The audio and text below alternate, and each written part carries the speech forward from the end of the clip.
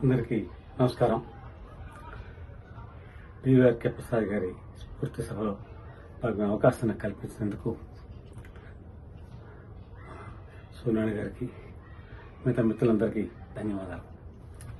ప్రసాద్ గారితో నా అనుబంధం 1981 నుంచి వారి చివరి శ్వాస వరకు కొనసాగింది. వారి గురించి అనేక విషయాలు అందులో మాట్లాడుంటారు. నాకు తెలిసినటువంటి నేను బాగా ప్రస్ఫుటంగా గమనించిన 3 అంశాలు మీతో పంచుకుంటాను. ఒకటి ఏమిటంటే గ్రహణ శక్తి. వారిలో దాన్ని ఇంగ్లీష్లో ఇంబైబింగ్ పవర్ అంటాం. ఈ గ్రహణ శక్తి వారిలో అసాధారణమైన శక్తి. ఉదాహరణకి ఎవరిని ఆయన దగ్గరికి వచ్చి ఒక విషయం చెప్తున్నాను అనుకోండి, వారు చెప్పడం పూర్తి లోపల మొదలుపెట్టిన ఒక ఫ్యూ సెకండ్స్ లేదా 1-2 నిమిషాల్లోనే మీరు ఈ విషయం మాట్లాడాలనుకుంటున్నారు కదా, అడగాలనుకుంటున్నారు కదా అంటారు. అంత అద్భుతంగా గ్రహించేసేవారు. 90% కరెక్ట్ అవుతుండేది. అవసరాలు ఆశ్చర్యపోతారు. ఒకసారి ఆయన సమాచార పౌర సంబంధాల కమిషనర్గా, సెక్రటరీగా ఉన్నప్పుడు నేను వారి దగ్గర కలిశాను. ఆ రోజు ఆయన డిపార్ట్మెంట్ చాలా ప్రమోషన్లు, ట్రాన్స్ఫర్లు జరిగాయి. అలాంటి ఒక ప్రమోషన్ పొందినటువంటి ఒక జిల్లా పౌర సంబంధాల అధికారి ఆయన వచ్చి ఆయన కలిసి నమస్కారం సార్ అన్నాడు. వచ్చి ఆయన అన్నీ చెప్పబోతుంటే, ఏమయ్యా ప్రమోషన్ వచ్చింది, ప్రమోషన్ కావాలి కానీ ట్రాన్స్ఫర్ అక్కర్లేదు, అదే కదా అని వచ్చింది అన్నాడు. అతను సార్ అంత నిర్ఘాంతపోయాడు. అలాంటి గ్రహణ శక్తి ఆయనలో ఉంది. అది ఒకటి. మరొకటి ఏంటంటే క్షమాగుణం. ఇది సామాన్య విషయం కాదు, అసామాన్య విషయం. ఈయన తిరుపతిలో టీటీడీ ఎగ్జిక్యూటివ్ ఆఫీసర్గా పనిచేసినప్పుడు తిరుమలలో మాస్టర్ ప్లాన్ అమలు చేశారు. తిరుమల చుట్టూ క్రిక్కెట్స్ ఇళ్లు ఉండేవి. అవన్నీ డెమాలిష్ చేసేసి సన్నిధి వీధులు బాగా విశాలంగా చేసి దూరంగా తిరుమలకు ఒక మొత్తం గ్రామాన్ని ఇంత వాళ్ళకి అందరికీ నిర్దిష్టమైనటువంటి స్థలాల్లో స్థలాలు ఇచ్చి ఇళ్లు కట్టించే కార్యక్రమం చేశారు. దానికి చాలా వ్యతిరేకత వచ్చింది. ముఖ్యంగా కృష్ణయ్య అనే లోకల్ స్థానిక నాయకుడు అతను బాగా తీవ్రంగా ప్రతిఘటించాడు. అతను ఏం చేశాడంటే ఎవరికి అసంతృప్తి లేదు, అందరూ ఆనందంగా ఉన్నారు, అందరూ సంతృప్తి చెందారు. చాలా లాట్లు అలాట్ చేయడం, అన్ని లాటరీలు అన్ని ఎవ్రీథింగ్ వింటాను వెళ్ళి. కానీ కృష్ణయ్య అక్కస్తోటి కడుపు మంటతోటి అతను రాజధాని అనే పత్రికకి సమాచారం ఇచ్చాడు. రాజధాని అనే ఒక పక్షపాతం నడిచేది. దాన్ని నడుపుతున్న ఒక సీనియర్ జర్నలిస్టు అతను కృష్ణయ్య మాటలు నమ్మి రెండో వైపు వర్షన్ ఏమిటి, అవతల వాళ్ళ వర్షన్ తెలుసుకోవాలి, మాకు వృత్తిలో ఈ ఎథిక్స్ చాలా ఇంపార్టెంట్, ఆ ప్రయత్నం కూడా చేయకుండా అతను కృష్ణయ్య ఏం చెప్పాడు అవాకులు అవన్నీ రాసేశాడు. దాని ప్రకారం పివిఆర్కే ప్రసాద్ అనేవాడు దుర్మార్గుడు, నీచుడు, నికృష్టుడు, ఇలా ఇన్ని రకాల పదజాలను ఉపయోగించాడు, చాలా ఘోరమైన పదజాలు. ఇది జరిగిందంతా 82లో జరిగింది. తర్వాత పివిఆర్కే ప్రసాద్ గారు లండన్ ట్రైనింగ్ వెళ్ళిపోయారు. ఒక 10 సంవత్సరాల తర్వాత అంటే 91లో పివి నరసింహారావు ప్రధానమంత్రి అయ్యారు. 92లో పివిఆర్కే ప్రసాద్ గారు పివి నరసింహారావుకి వారికి జాయింట్ సెక్రటరీగా, మీడియా అడ్వైజర్గా వచ్చారు. అక్కడ ఉండగా ఆయన జాయిన్ అయిన ఒక 7 నెలలకి ఈ సీనియర్ జర్నలిస్ట్ నన్ను కలిసి మీకు ప్రసాద్ గారు బాగా తెలుసు కదా అని చేస్తున్నాను. అయితే ఒక మాట చెప్పండి, నేను పివి నరసింహారావు జీవిత కథ రాశాను, మన తెలుగువాడు కదా, మన రాయకపోదేలాగా, కాబట్టి ఈ జీవిత కథని కానీ అమ్మడం చాలా కష్టంగా ఉంది, మార్కెటింగ్ ఎవరు ఏ డిస్ట్రిబ్యూటర్ ముందుకు రావట్లేదు, ఇది ఇంగ్లీష్లో రాశాను, కాబట్టి మీరు ప్రసాద్ గారు చెప్పి ఎలాగైనా ఎంపీలందరికీ వెళ్లేలాగా, అలాగే పార్టీలో ఫంక్షనర్స్కి అందరూ వెళ్లేలాగా కొంచెం మార్కెట్ చేసి పెట్టాలి, కొంచెం ఆయన ఒక మాట చెప్తే అయిపోతుంది, అంత చేసేస్తారు పార్టీ వాళ్ళు, ప్లీజ్ ఒక పుట్టే వర్డ్ అన్నారు.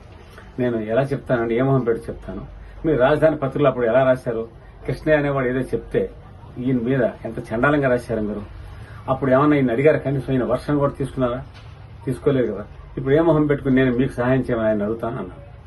అతను ఏం మాట్లాడలేదు. సరే అయిపోయింది, నేను చేయలేదు. ఒక 3-4 వారాల తర్వాత మళ్ళీ పివిఆర్కే ప్రసాద్ గారి ఆఫీస్కి నేను వెళ్ళినప్పుడు అక్కడ ఈయన రాసిన పివి నరసింహారావు జీవిత కథ పుస్తకాలు కట్ల కనబడ్డాయి. ఏమిటండి ఈ పుస్తకాలు ఎక్కడి నుంచి వచ్చాయను.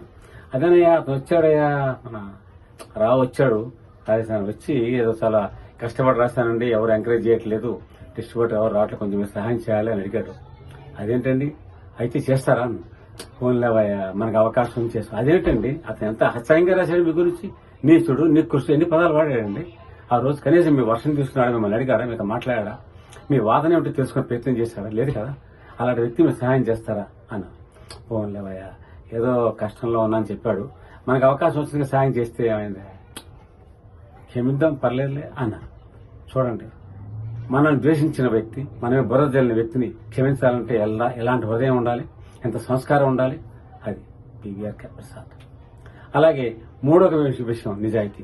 ఎలాంటి నిజాయితీ అండి, ఏదో లంచాలు తీసుకోపడి ఈ కాదు నిజాయితీ, సంథింగ్ మోర్ దాన్ దట్. చూడండి, ఆయన నాహంకర్త హరికర్త ఈ వ్యాసాలని సర్వసంభవం పేరుతో స్వాతిలో రాసేవారు. వారం వారం పిలుచుతున్నాయి. అలా అన్ని వ్యాసాలు అయిపోయాక చివరి వ్యాసం దగ్గరకు వచ్చింది. ప్రతి వ్యాసం కూడా ఆ సమయంలో ఈయన డైరెక్టర్ జనరల్ మరి చెన్నారెడ్డి మానవ వనరుల సంస్థకి డైరెక్టర్ జనరల్ గా ఉండేవారు. ఈయన దగ్గర జాయింట్ డైరెక్టర్ జనరల్ గా రావులపాటి సీతారామారావు అని ఒక ఐపీఎస్ ఆఫీసర్ ఉండేవాడు. ఈ సీతారామారావు ఆయన మంచి చేతిరిన రచయిత. అందుకే ప్రసాద్ గారు ప్రతి ఎపిసోడ్ తను రాసిన తర్వాత సీతారామారావు ఎలా ఉంది చూడవా అనేవారు. సీతారామారావు చూసి ఆయన ఒపీనియన్ చెప్పేవాడు. ఇక్కడికి బాగుంది, అది బాగుంది, అలాగే మాస్టర్ ఇలాగే చెప్పాడు. చివరి ఎపిసోడ్ చూశాక ఒక పేరా దగ్గర సీతారామారావు అయిపోయాడు. ఈ పేరా బాగాలేదండి, తీసేయన్నారు. ఏమిటి ఆ పేరా అంటే ఈయన ముస్సూరులో ట్రైనింగ్ లో ఉండగా అప్పుడు ఎలాంటి అవలక్షణాలు, ఎలాంటి లక్షణాలు ఈయనకు ఉండేవో, ఎలాంటి అలవాట్లు ఉండేవో, ఎలా అందరూ ఈయన్ని సకల కళా వల్లభుడు అని పిలిచేవారు రాసింది. ఆ పేర తీసేయను అన్నాడు సీతారామారావు. ఎందుకు తీసేయాలన్నారు ప్రసాద్ గారు. ఏం లేదు, ఇప్పటిదాకా వచ్చిన ఎపిసోడ్స్ అన్ని చదివిన పాఠకుల దృష్టిలో మీరు శ్రీనివాస్ అత్యంత ప్రియమైన భక్తుడిగా ముద్రపడ్డారు. మీ యొక్క విశ్వాసం అద్భుతంగా ఉంది. మిమ్మల్ని ఒక గొప్ప ఆధ్యాత్మిక శక్తిగా చూస్తున్నారు.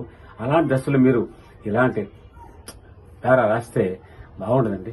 వారి యొక్క మనోభావాన్ని మీరు దెబ్బతీసిన వారు అవుతారు. పాఠకుల మనోభావాన్ని మీరు దెబ్బతీసిన వాళ్ళు అవుతారు. దయచేసి తీసేయండి పేర అని సీతారామారావు సలహా చెప్పారు. అయినా సరే ప్రసాద్ గారు మళ్ళీ గారు ఎందుకు తీసేసి తీరాలి, అది తీసేయడం ధర్మం అండి. పాఠకుల మనోభావాలు పక్కన పెట్టవా. ఏ ధర్మం ఏదో నిర్ణయించే నువ్వు నేను పాఠకుల కాదయ్యా. ఏ ధర్మం ఏది కాదో నిర్ణయించేవాడు వాడు పైవాడు. నా నిజాయితీ నేను ఏమిటి అన్నది, నా నిజాయితీ అనేది నేను నీ దగ్గర జనం దగ్గర దాచిపెట్టచ్చు, కానీ వాడి దగ్గర దాచిపెట్టలేను. కాబట్టి నాకు I'm answerable to the deity. ఆ భగవంతుకి నేను, ఆ శ్రీనివాసుకి నేను జవాబుదారి. కాబట్టి అతని దగ్గర దాచలేని ఏ విషయాన్ని ఇంట్లో నేను రాయను. రాశానంటే అతని దగ్గర కూడా నేను దాచను. కాబట్టి ఉండాల్సిందే అన్నావు అంతే. ఇంత నిజాయితీ, ఇంత నిర్భీతితో రాసేటువంటి, బయట పెట్టేటువంటి, ప్రవర్తించేటువంటి అధికారులు ఎంతమంది చూస్తాం. ఈ ప్రసాద్ గారు లాంటి వాళ్ళు ఇంకా చాలా మంది ఉండొచ్చు లోకంలో, మనకు తెలియదు. కానీ మనకి తెలిసినంత వరకు, మనకి తెలిసిన పరిస్థితులు ప్రసాద్ గారు లాంటి వ్యక్తి ఆయన ఒక్కరి. అలాంటి వ్యక్తి నుంచి ఈ 3 గుణాలు ఒక్కసారి చూడండి. ఎంత అద్భుతమైనటువంటి విషయాలు ఈ 3ను.